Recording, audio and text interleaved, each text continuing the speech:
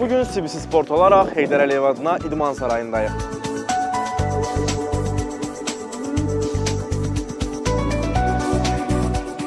İnşasına 1976-cı ildən etibarən başlanılan Heydər Əliyev adına İdman Sarayı 1990-cı il noyabr ayında istismara verilib. Ümumi ərazisi 6,1 hektar olan kompleksin tikili sahəsi 3,5 hektarda. Kompleks 7,8 min tamaşaçı tutan baş meydandan 3 salonu, o cümlədən xokkey və buz üzərində fiqurlu konki sürmə, basketbol, bədii gimnastika və kulturizm məşğələləri üçün zalı olan məşq korpusundan ibarətdir. Bu nəhəng idman qurğusunun əsas zalının ölçüləri 70 metrin 40 metrədir. Ümumi sahəsi 2800 kvadrat metrə bərabərdirsə, tribunaların tamaşaçı tutumu 7800 nəfərdir.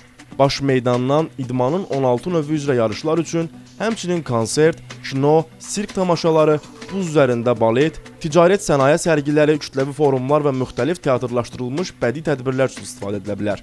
Kompleksdə hazırda 6 idman növü üzrə məşğələlər fəaliyyətdədir.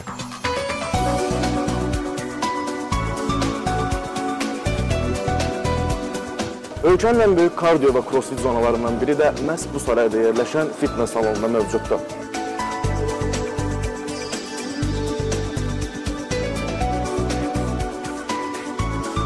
Hər yaş qrupundan olan insanlar burada həvəskar və peşəkar şəkildə məşqlər edə bilərlər. Zalda 18 qaçış aparatı və 200-dən çox avadanlıq əhalinin istifadəsinə verilib. Kompleksin tərkibində Ocaq Sport Klubunun böyük filialı da fəaliyyət göstərir ki, burada hər gün 300-dən çox gimnast öz bacarıqlarını nümayiş elətdirir.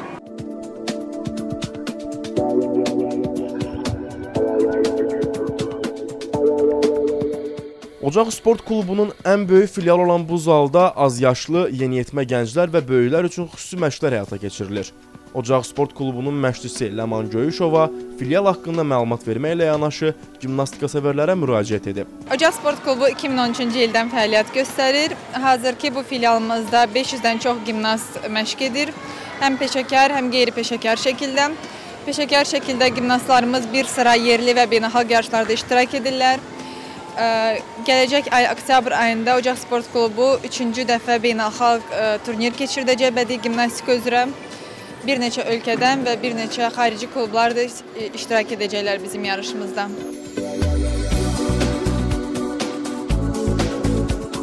Bütün valideynlərə buradan demək istəyirəm ki, gec olmadan uşaqlarını bu idman növünə yazdırsınlar. Qəbul 4 yaşdan başlayır. Gec olanda bəzən uşaqlar üçün də, məşqçilər üçün də çətin olur onları qəbul eləmək. Profesional şəkildə əgər istəyirlərsə peşəkar bu idman növündə irəliləmək.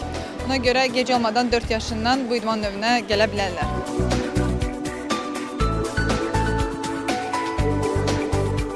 Heydər Əliyev adına İdman Sarayının eksklüziv güşələrindən biri də MMA və judo üçün ayrılıb.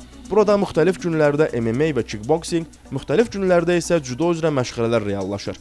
Burada həvəskar şəkildə iştirak edən idmançılarla yanaşı tanınmış döyüşçülər də hazırlıq keçirirlər. Azərbaycan MMA və Grappling Federasiyasının nəzdində olan MMA zalının məşqçisi Ruslan Əfəndiyev zalın yanvar ayından fəaliyyət göstərdiyini xatırladı. Bizim zalımız bu ilin yanvar ayında açılıb. Deməli, MMA Federasiyanın yığma komandanın məşq toplantısı burada keçir. Proses asandır. Sumkanı yığır, gəlir zala, yazılır burada, aşağıda resepsiyonda yazılır burada. Mütəxəssis məhz bu zalda məşq edən idmançıların gələcəkdə beynəlxalq turnirlərdə qüvvələrini sınayacaqlarını söyləyib. Sentyabrın axırında bizdə Respublika çempionatı olacaq. Əsas həvəskarlar çıxacaq o yarışa. Bir də peşəkarlar bizdə deməli Məhərrəm Həsənzadə, bir də Vüqar Kərəmov Rizində vuruşacaq noyabrın 17-sində. Esmira Məmmədova vuruşacaq dünya çempionatında İMAF versiyasında.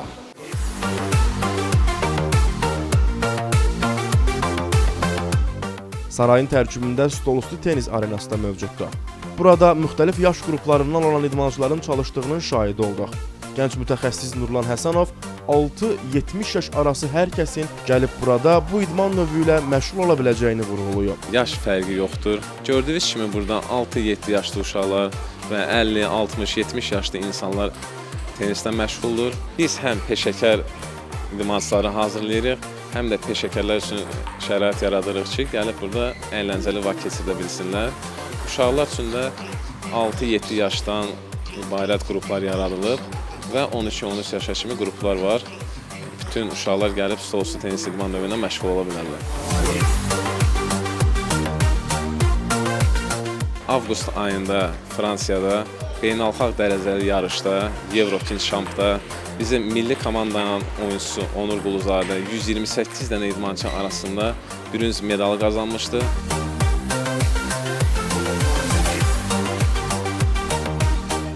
Kompleksi digərlərindən fərqləndirən əsas özəlliyi isə ötən ildən fəaliyyətə verilən buz meydançasıdır.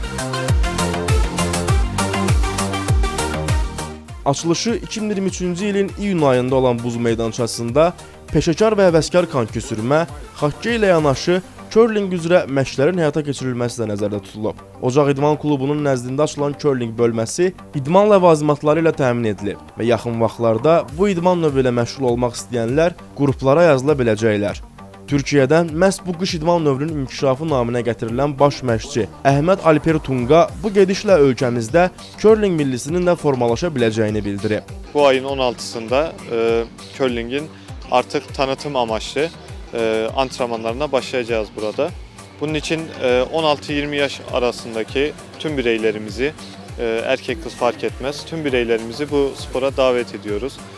Burada inşallah antrenmanlarımıza başlayıp daha sonra profesyonel buz teknisyenleri gelip burada curling sahasını çizdikten sonra tamamen malzeme siparişlerimiz tamamlandıktan sonra artık milli takımlarımızı oluşturup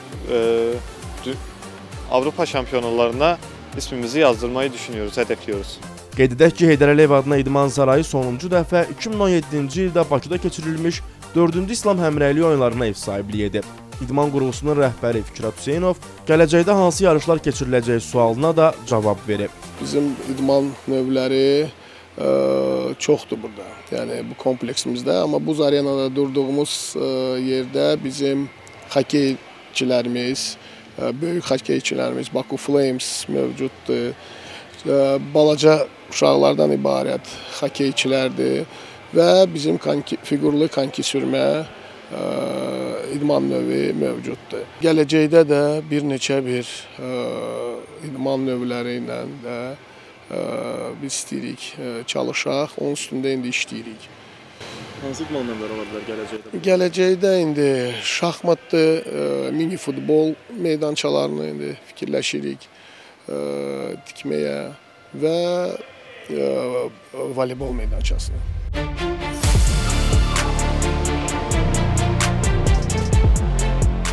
Qeyd edək ki, hazırda idman konsert kompleksində idmanın müxtəlif növləri ilə məşğul olmaq üçün əlverişli şərait yaradılıb. Burada peşəkar və həvəskar konki sürmə, xokkey, körlinqlə yanaşı bədii gimnastika, kişi idman gimnastikası, qadın idman gimnastikası, batut gimnastikası və tumbling, akrobatika gimnastikası, aerobika gimnastikası, gimnastika hamı üçün, parkur, Team Gym, hava gimnastikası, xüsusi olimpiya gimnastikası, judo, MMA, stolüstü tenis, şahmat və fitness bölmələri də mövcuddur.